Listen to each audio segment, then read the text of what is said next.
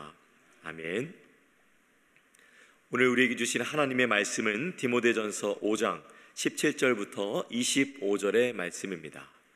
디모데전서 5장 17절부터 25절의 말씀입니다. 오늘 말씀 읽으실 때 교독하실 때에 제가 먼저 읽고 성도님들 읽으시고 마지막 25절 말씀 함께 읽겠습니다.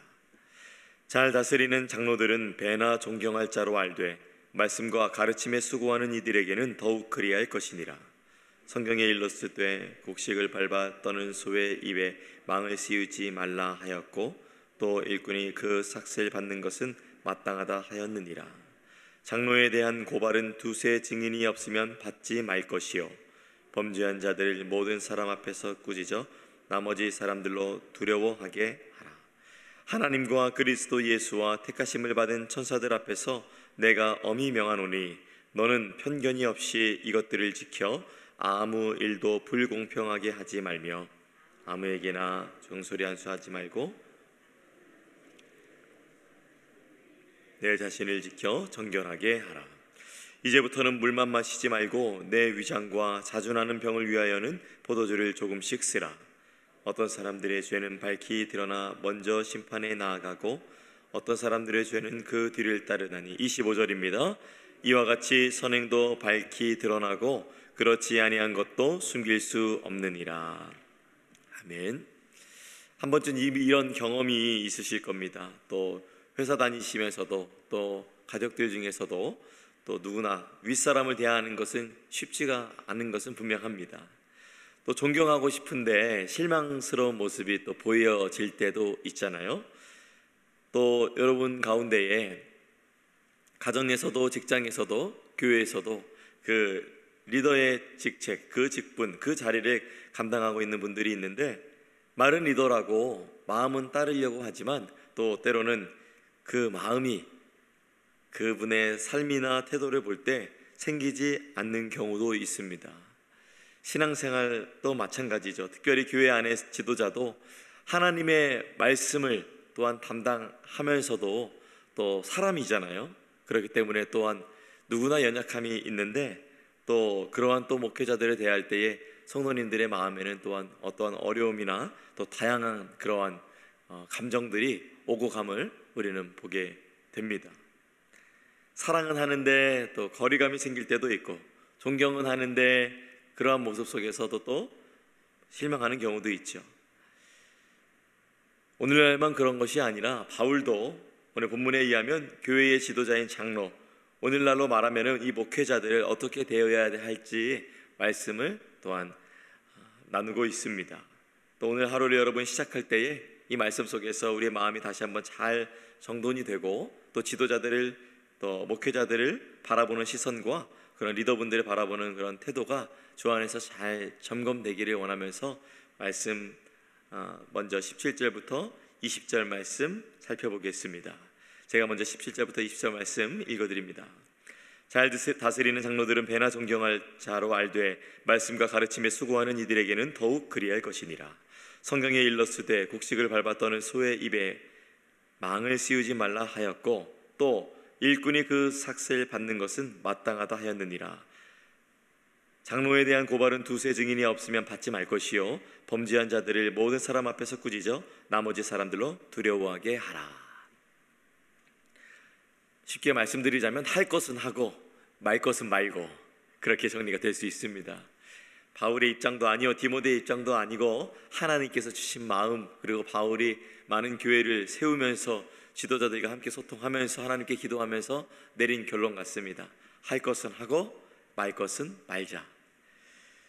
먼저 17절 말씀을 보니까 초대교회는 단순히 장로의 그 직분이 그냥 무언가를 일을 처리하는 그런 행정만을 하는 분이 아니었습니다. 말씀도 전하고 교회에도 여러 이단적인 사상, 그리고 예수님만 믿어서는 구원받을 수 없어요, 율법까지 지켜야 합니다라는 율법주의에서도 지켜야 되는, 그리고 예수님은 육신을 입지 않았다는 또한 어떠한 영지주의, 영으로 오셨다는 그런 여러 가지 잘못된 신앙과 잘못된 신학들을 지켜야만 하는 그런 말씀을 전하고 교회를 보호하는 목양자였습니다. 진리를 위해 힘썼겠죠? 방금 말씀드린 것처럼 거짓 지도자들과 싸움도 있어야 될 것입니다. 거짓 지도자들은 혼자만 들어오지 않고 또 짝을 지어 들어와서 교회를 어지럽혔던 경우도 많았거든요. 근데 말씀을 전하고 교회를 보호하는 것이 또 보이지 않는 그 수고가 이어졌고, 바울은 그러한 장로들에게 2배의 존경, 배나 존경할지니라라는 표현을 하고 있습니다. 더 나아가 또 18절에는 소의 입에 망을 씌우지 말라, 곡식을 밟았더는 소의 입에 망을 씌우지 말라, 이 구약의 구절을 인용을 하면서 경제적인 지원도 마땅하다고 말합니다. 그래서 성경에서는 지도자의 섬김을 어떻게 보면은 합당한 보상이 있어야 된다고 가르치는 부분도 있습니다. 하지만 이 존경만이 전부가 아닙니다. 19절 말씀에서 바울은 또한 지도자가 그렇지 못한 분들이 있을 수 있어요. 그런 분들은 어떻게 해야 할 것인가? 한 번에 내쳐야 할 것인가? 아니면은 어떠한 유력한 그 한 분이 말하면은 그게 수용이 되어야 될 것인가? 그게 아니라 지도자에 대한 고발을 들었을 때는 반드시 2세 증인의 증인이 있어야 한다고 말을 하고 있습니다. 아마도 바울은 그 연약함이 있는 그 목회자와 또한 상대방도 연약한 인간이기, 동시에 모두가 연약하고 부족한 존재이기 때문에 여러 사람의 증인이 있어야 한다고 말하지 않을까 생각합니다. 지도자의 역할은 항상 공개적인 위치에 놓여져 있습니다. 근거 없는 소문에 휩싸일 수도 있고, 또는 전체적인 모습 속에서 부분적인 모습이 또 보여지게 되어서 그것이 오해를 받을 수도 있습니다. 저도 이렇게 동네 이제 마트에 가면은 반바지를 입고 갈까? 긴 바지를 입고 갈까? 좀 편하게 입고 갈까? 여러 고민이 들 때가 있어요. 이게 저는 편하고자 하는 그런 태도인데, 또 저도 이제 가족들끼리는 조금 더 농담도 하고 저희 아이들한테 또 편하게 말할 수도 있는데, 또 이렇게 마트에 있다 보면은 또 조금 개인적인 부분들이 또 이렇게 또 노출이 되잖아요. 저뿐만이 아니라 또 목사님들, 다른 목사님들도 마찬가지죠. 어느 식당에 가서 또 마찬가지고요. 참 저희가 뭐 다 이렇게 분명히 연예인은 아닌데 많이 노출이 되는 부분이 어쩔 수 없는 것 같아요. 저희가 뭐가 잘나서가 아니라 또 말씀을 맡는 사명, 그 사역을 맡았기 때문에 어쩔 수 없이 앞에 서야 되는 부분들이 있잖아요. 감당하는 부분들인데, 그러다 보면 이 지도자의 잘못이 드러날 수 있습니다. 그런 부분에서는 또 20절에 이런 부분이 나와 있죠. 범죄한 자들을 모든 사람 앞에서 꾸짖어 나머지 사람들로 두려워하게 하라. 또한 디모데에게 맡겨진 일이 이러한 것이지 않을까. 또한 이러한 지도자의 죄는 개인적인 문제가 아니라 교회 전체의 신뢰와 또한 거룩함, 영적인 것에 영향을 미치기 때문에 또한 공개적으로 다뤄줘야 된다는 것도 또 말씀을 하고 있습니다. 오늘 이렇게 말씀을 제가 쭉 보면서 참 존경하라는 말은 그냥 좋은 뜻으로만은 들리지는 않았습니다. 거기에 대한 책임이 분명 무겁게 따른다는 것을 볼 수가 있고, 또 성도님들도 함께 지지하며 기도하며 나아가야 하는 우리 공동체임을 또 보게 되었습니다. 오늘 말씀을 어떻게 적용할 수 있을까요? 성도된 여러분은 교회의 지도자들, 또 목회자들, 또 세우신 리더들을 어떻게 대하고 계십니까? 혹시 나도 모르게 지도자에게 그 기대 이상을 혹시 갖고 있지는 않습니까? 또는 무언가 그게 사실인지 아닌지 검증하기 이전에 그냥 마음으로 이미 판단해버린 그러한 부분들이 혹시 있지는 않으십니까? 또한 지도자를 위해서 기도하기보다는 혹시 마음에 판단이 많으셨던 분들이 계실지도 모르겠습니다. 그러한 분들이 오늘 말씀에 하나님께서 할 것은 하고 말 것은 말고에 대한 그러한 부분들이 또한 다시 한번 마음 가운데 잘 새겨지기를 축복합니다. 이제 바울은 지도자를 세울 때에 또한 필요한 신중함에 대해서 이야기를 하고 있어요. 21절에서 25절에 나와 있습니다. 먼저 21절에서 바울은 강조합니다. 하나님과 그리스도 예수와 택하심을 받은 천사들 앞에서 내가 엄히 명하노니 너는 편견이 없이 이것들을 지켜 아무 일도 불공평하게 하지 말며. 이 참 단순한 조언이 아니라 하나님 앞에서 행해야 되는 그러한 막중한 책임을 또한 디모데에게 전하고 있습니다. 교회 안에서 세우는 지도자들, 또 세우는 자들을 내 마음에 드는, 내 스타일에 드는 그런 것들이 있을 수 있잖아요. 그런 사사로운 감정이나 또 편견으로 해서는 안 된다고 말합니다. 22절에는 아무에게나 경솔히 안수하지 말고 다른 사람의 죄에 간섭하지 말며 내 자신을 지켜 정결하게 하라. 안수가 단순히 축복의 행위뿐만이 아니라 하나님의 일꾼을 공개석상에서 성도님들 모든 분들이 보는 자리에서 세우는 또 그러한 자리이잖아요. 그만큼 또한 철저한 검증과 또한 기다림이 필요한 것을 말하고 있습니다. 이어서 24절과 25절 말씀이 있습니다. 어떤 사람들의 죄는 밝히 드러나 먼저 심판에 나아가고 어떤 사람들의 죄는 그 뒤를 따르나니 이와 같이 선행도 밝히 드러나고 그렇지 아니한 것도 숨길 수 없느니라. 쉽게 말하자면 사람의 속은 시간이 지나면 반드시 드러난다라는 것입니다. 급하게 결정하지 말고 기다리다 보면 그의 진심이 나타난다는 뜻인데요, 하나님은 또한 숨겨진 모든 것을 알고 계시죠. 때로는 그것을 아시지만 또 이러한 리더의 자리에 세우시며 훈련하시고 또 다듬어 가시는 경우도 있습니다. 교회는 지도자들을 세우는 일에 신중해야 하고 모든 성도님들도 함께 기도하고 우리가 나아가야 될 아주 귀한 것임을 보게 됩니다. 또한 은밀한 곳에서도조차도 이 지도자에 대한 소명받은 분들, 부름받은 분들은 더욱 하나님 앞에 기도하며 그 자리를 믿음으로 감당할 수 있도록 하나님께 힘을 받아 사역해야 할 것입니다. 2022년에 독일 아이슬레벤의 한 오래된 교회에서 그 리노베이션이 있었습니다. 또 교회가 오래되면은 또 여러 가지 또 안전 문제 때문에 또 시설 문제와 또 현대적인 부분 때문에 이제 리노베이션 할 때가 있잖아요. 이 교회가 마틴 루터가 마지막으로 설교했었던 그 유서 깊은 교회였는데 또 이런 공사가 있었다고 합니다. 이 성당 그 교회 한쪽에 구석에 있었던 석상의 다리 부분이 공사 중에 이렇게 열리게 된 거예요. 열리게 되면서 그 안에 아무도 예상하지 못한 보물이 발견이 되었습니다. 무려 800개가 넘는 금화와 은화가 발견이 됐다고 해요.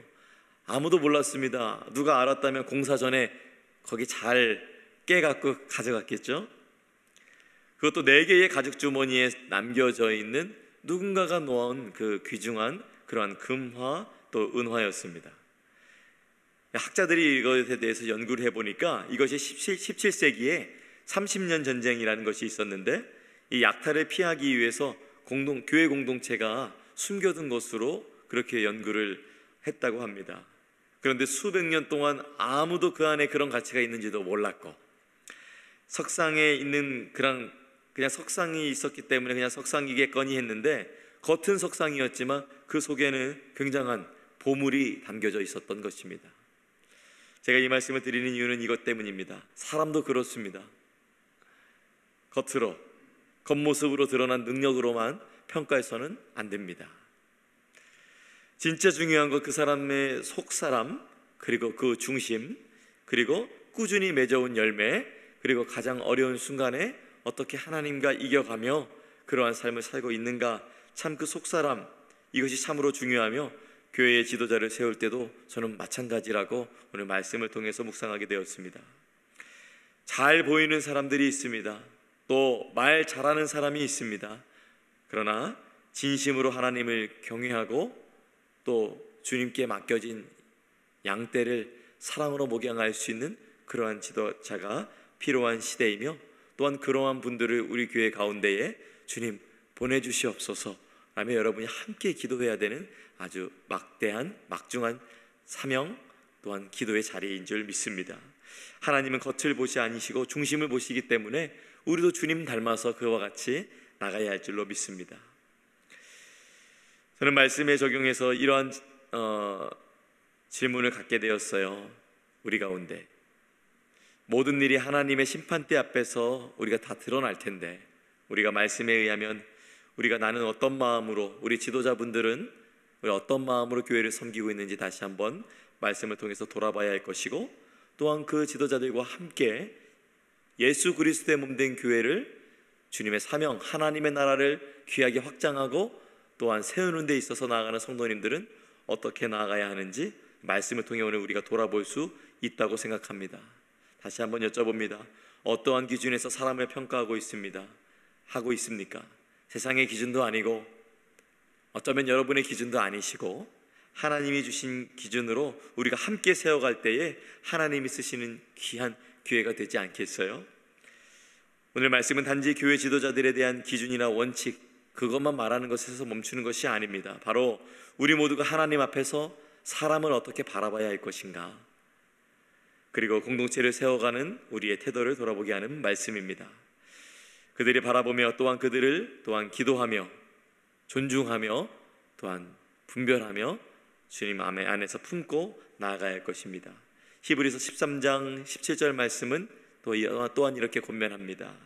너희를 인도하는 자들에게 순종하고 복종하라. 그들은 너희 영혼을 위하여 경성하기를 자신들이 청산할 자인 것 같이 하느니라. 그들로 하여금 즐거움으로 이것을 하게 하고 근심으로 하게 하지 말라. 그렇지 않으면 너희에게 유익이 없느니라. 쉽게 말하자면 여러분을 이끌고 돌보는 지도자분들의 말을 잘 들어보시고 협력하시고, 또 그분들이 여러분의 영혼을 하나님께 책임지고 돌보는 사람들이니 그분들이 기쁘게 섬길 수 있도록 잘 도와주시고, 억지로 하게 되면 결국 여러분에게도 좋지 않기 때문에 또한 이렇게 히브리 기자를 통해서 주님이 또한 말씀하시지 않았나 싶습니다. 이 하루를 시작하며 혹시라도 우리 가운데, 저 가운데, 여러분 가운데 그러한 마음이 있었다면, 안 좋았던 마음이 있다면 다시 한번 내려놓고 또한 존중과 또한 기도하는 마음으로 다시 한번 여러분의 마음이 새롭게 되어지기를 간절히 바랍니다. 그래서 하나님이 보시기에 서로 바라볼 때에 우리 교회가 더 따뜻하고 신실한 믿음의 공동체가 되기를 예수님의 이름으로 축원합니다. 기도하겠습니다.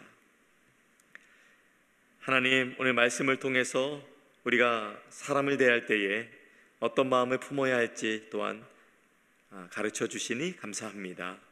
지도자를 존중하되 그러나 또 사람은 경외하지 않고 하나님을 두려워하며 하나님만 경외하며 나아가게 하시고, 또한 그러한 귀한 주님이 세우시는, 주님이 아끼시는 공동체가 될 수 있도록, 우리 교회 될 수 있도록 주여 우리를 사용하여 주시옵소서. 특별히 주님, 이 세상을 살아가다 보면, 신앙생활 하다 보면 내 눈에 보이는 기준이 나도 모르게 세워질 때가 참으로 많습니다. 주님, 우리의 마음을 내려놓고 성령 하나님께서 주시는 기준으로 다시 한번 사람을 바라보게 하시고, 말보다는 기도로, 판단보다는 존중이 앞서는 또한 우리 성도님들 될 수 있도록 그 입술과 그 생각을 주께서 주관하여 주시옵소서. 이 새벽의 말씀으로 우리의 삶을 중심이 다시금 주의 말씀으로 모여지게 하시고, 하나님이 보시기에 아름다운 교회, 우리 워싱턴 지구촌 교회 함께 세워나갈 수 있도록 주님, 우리 성도님들 축복의 통로 삼아 주시옵소서. 모든 것을 주님께 맡겨드리며 귀하신 예수님의 이름으로 기도합니다. 아멘. 하늘에 계신 우리 아버지여, 이름이 거룩히 여김을 받으시오며 나라가 임하시오며 뜻이 하늘에서 이루어진 것 같이 땅에서도 이루어지이다. 오늘 우리에게 일용할 양식을 주시옵고, 우리가 우리에게 죄 지은 자를 사하여 준 것 같이 우리 죄를 사하여 주시옵고, 우리를 시험에 들게 하지 마시옵고 다만 악에서 구하시옵소서. 나라와 권세와 영광이 아버지께 영원히 있사옵나이다. 아멘. 하나님이 여러분의 기도 위에 함께 하십니다. 지금 유라시아 선교 사역 하고 있는데 기도해 주시고, 또 목회자들과 지도자 리더분들을 위해 더욱 기도해 주시고요. 그리고 여러분의 개인의 기도의 제목으로 더 기도 나아가 주시면 감사하겠습니다. 우리 함께 기도하시겠습니다.